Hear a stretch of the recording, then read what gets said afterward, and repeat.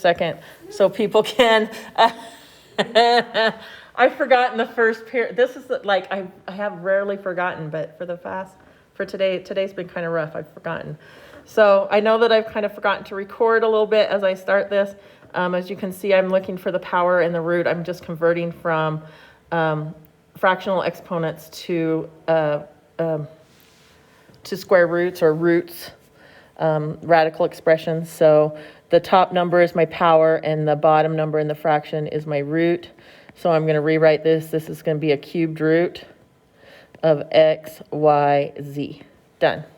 Okay. Now I'm going to have you guys do this. Just most of your answers are okay, but I think you're forgetting to simplify. So here we go. So if I write this right, so I've got my power and my root. So I know that I have the fourth root of 16.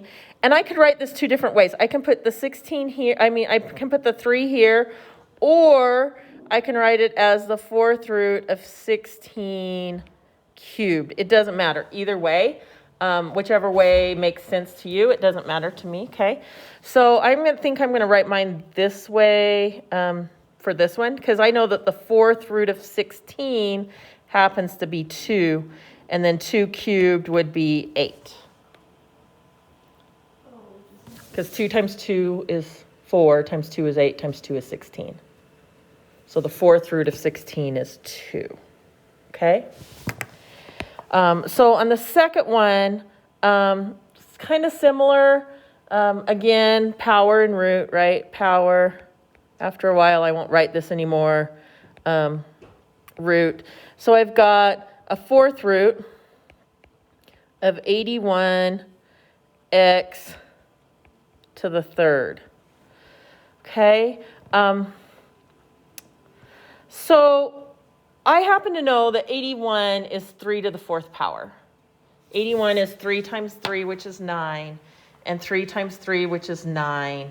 So 9 times 9 is 81.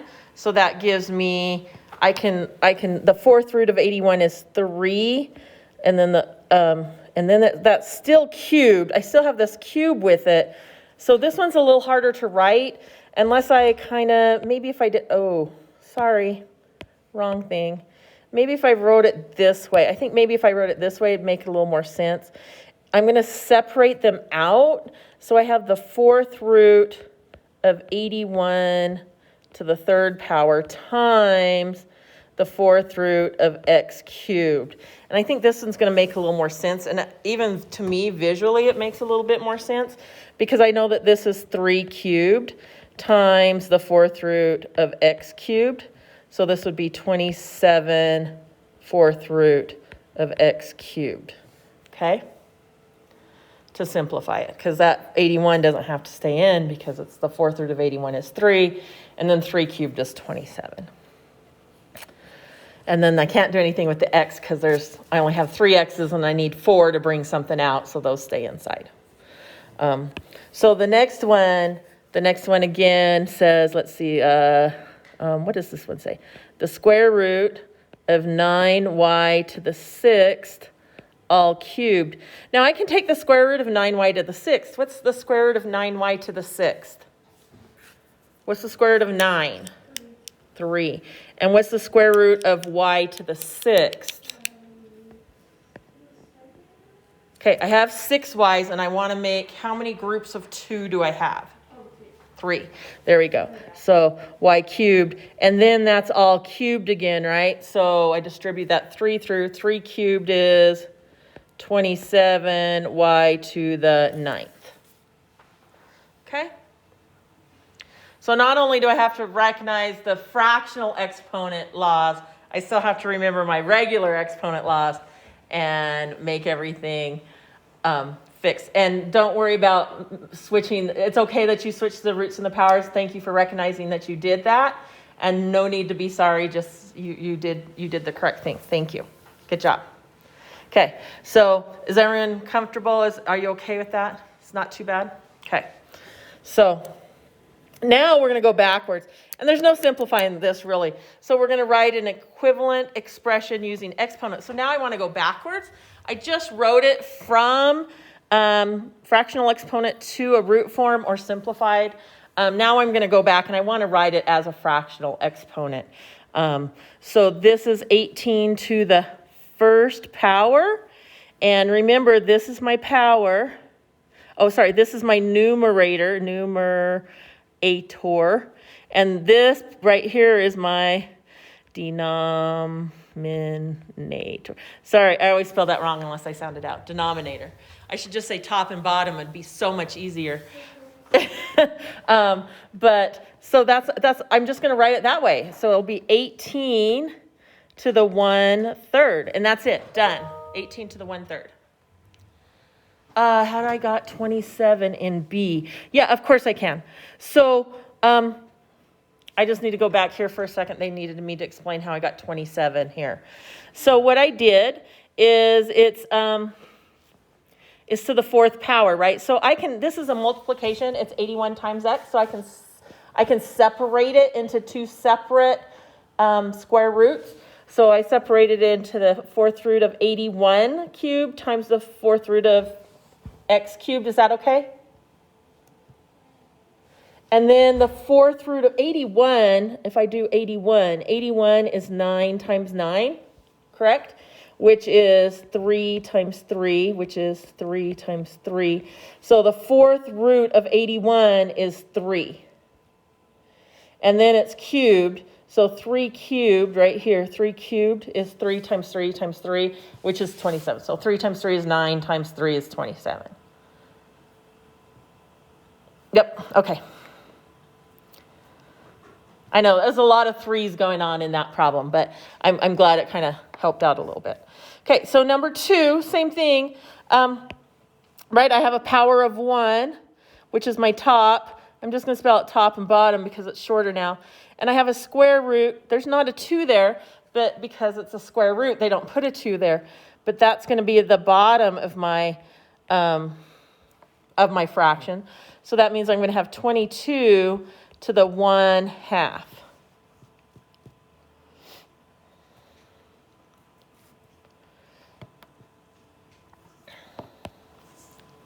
Not too bad? Pretty easy? Okay. So this one's pretty much the same thing, right? Only have 3 numbers underneath there. It's still to the 1st power. If I put a parenthesis around here, this is still to the 1st power. No, it isn't. I lied. Oops. And that's not erasing. So sorry. This is not to the this is not to the 1st power. This is to the my Lanta 3rd power, right? This is my power, so this is my top. Even remember I said you could write it 2 different ways. I could write it with that 3 on the inside or on the outside. And my root is 2, so this is my bottom. Okay? So that means I have 3mn to the 3/2. We're just going to leave it like that in parentheses, although we should probably distribute it out, but we don't have to right now. Oh, my Lanta.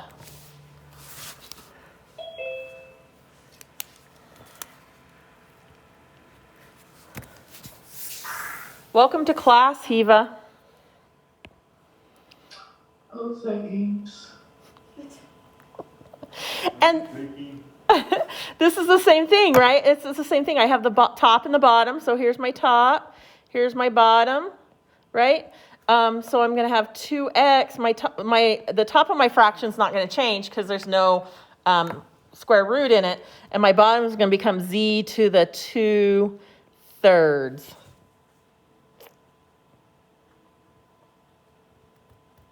So right now, all we're doing is rewriting, right? That's it. So now what I'd like you guys to do is A through D, try and rewrite this. Whew. I think you can do it. I know how to do all of them except for C. So think of them as individual pieces. Oh, okay. Sorry, and I keep forgetting to start recording again, so let me put that on the screen so everyone can see that. And the last one is 3a all over c to the 2/5. That's it. Okay, that's converting. Yay. So much fun. So any questions? You guys are doing awesome. Awesome sauce. Okay, so the next one we're going to use our, we're going to write an equivalent expression with positive exponents and simplify if possible. Okay, so we need to write them with positive exponents. So all of these have negative exponents. So the exponential rules still apply, even if it's a fractional exponent. So I just have to use the exponential rules. So I've got a negative, it's really hard to see sometimes on both your paper, and I just made a huge line. For some reason, this program, the smaller it goes, it's sometimes really hard to see the negatives on there, so I'm so sorry about that. But here's a negative a to the negative 1/4. So remember, if my fraction is in if it's negative, it's in the top, it goes to the bottom. And if it's negative and it's in the bottom, it goes to the top. So this one just gets rewritten as 1 over a to the 1/4. And I can't simplify it, so I don't think I can't simplify number 2 either. So this one it's a negative 3/4. So this would be, I'm going to write it this way, 1 over 2rs to the 3/4. Woo! So when it's negative, you put it over 1. Yep. Unless it's in the bottom, then I move it to the top. So we're gonna get to one like that in just a second. So if it's in the top, I move it to the bottom. There's only 2 places, right? It can either be in the top or it can be in the bottom. So if my negative exponent's in the top, I move it to the bottom. If it's in the bottom, I move it to the top. If it's negative, it just gets moved. And then it becomes positive. So this one becomes 1 over, and I'm actually going to change this to a radical, because I know that the 4th root of 16, I like seeing it that way better, because, right, I know that one's a little better. I know the 4th root of 16 is 2, and 2 to the 3rd power is 1/8. So that's what it simplifies to, and it did ask me to, I'm pretty sure it asked me to simplify if possible. So that one simplified to 1/8. And then this one, I have a negative exponent. I can't simplify this one because it's only an a, so it's going to move to the top. So this should become 8a to the 3/5. That is not a 5. Let me try that again. 3/5 c.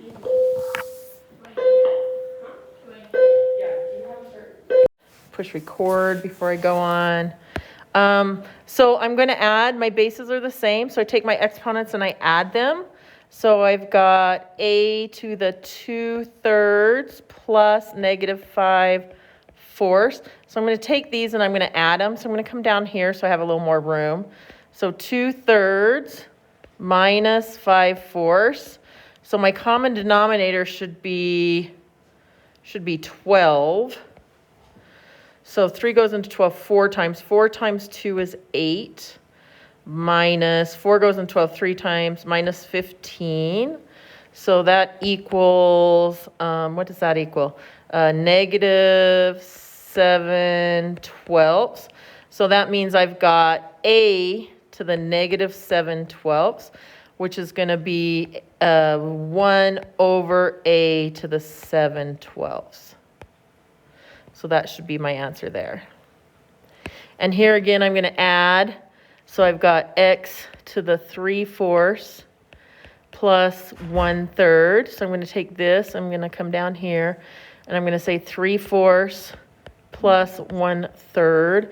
Common denominator of 12. So 4 goes into 12 3 times. 3 times 3 is 9.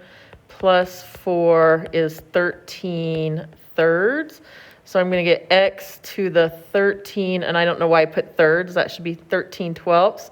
13/12. Yee. Okay. And here, what am I going to do here? I'm going to subtract them. So I've got 2.7 to the a negative 11 twelfths minus a negative 1 sixth. So I'm going to take these and I'm going to subtract them. So I've got negative 11 twelfths minus a minus 1 sixth. So that's actually plus. So my common denominator is 12. Negative 11. 6 goes into 12 2 times plus 2. So it's going to equal negative 9 twelfths. Ugh. So that's x to the negative 9 twelfths, which is going to be 1 over x to the 9 twelfths. Oh, sorry, I didn't see the, yeah, okay. And then this one, it looks like I'm going to be distributing that through. So I've got x to the negative 1 twelfth, y to the 2 20th. So that one's going to be moved down. So my answer should be y to the 1/10 over x to the 1/12. Okay? Questions? Woo! Love adding fractions. I love it goes with. Nope, one more page. Okay, use rational exponents to simplify. Do not use fractional exponents in your final answer. So it wants me to use a fractional exponent to simplify it and then put it back in radical form. So I'm going to switch it to rational exponents and then I'm going to simplify it and move it back. Does that make sense? So I'm going to rewrite this as x to the 3/9, which would simplify to what? X to the 1/3, which means this would be the cubed root of x. Double question. Which one is rational and which one is fraction? So rational means fraction. Okay. So rational is this. So you've got two different words here. Use rational exponents to simplify. Do not use fractional exponents, which is rational. So you can't use a fractional exponent in your final answer. So they want you to write your final answer as a radical, which is radical is a root. Okay? Rational means fraction. Okay. Okay? Are we okay with the definition? They're so super close. Yeah, it's just, Okay. yeah, I always get confused when I ask. Yeah. Rad is root, radical. Rational is fraction. Okay. So this one, same thing, right? My power and my top and my bottom. So this would be y to the 40th fourth, which would be y to the 10th. Done. That one I don't have to put back in because it's just done. This one, I think was going to be something similar. Same thing, right? So I have x, y to the 14/7, which would be x, y squared. And then the last one here would be 7a to the 2/4, which is going to equal 7a to the 1/2, or the square root of 7a. And that's how they want that answered. Okay, so I think you have 4 questions. And the last one's going to be a little harder, but I want you to try it. So go ahead. So much better. They tried to do American one, so not as good. No. Okay, so this one would be 3x to the 2/8, which would simplify to 3x to the 1/4, or the 4th root of 3x. Duh. Oh, I forgot to put it down. Yeah, 3a to the 5/10, or same thing, 3a to the 1/2, so the square root of 3a. Beautiful. Okay, so this one I'm going to write, how am I going to write this one? X squared y to the 5th all to the 12/3, which would be x squared y to the 5th all to the 4th. Is that right? That's right. So that would be x to... Yes, honey? Can you go back to like the previous equation? I didn't get it. There you go. Thank you. X to the 8th, y to the 20th.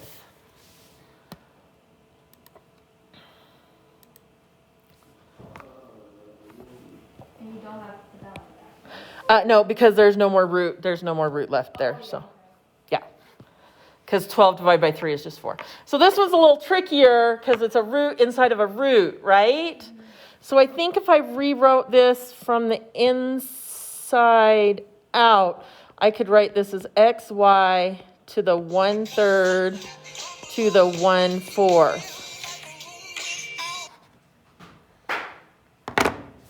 Telemarketers are so annoying. And so that would give me xy to the, multiply it together, I should get 1/12, xy to the 1/12. So that should be the 12th root of xy.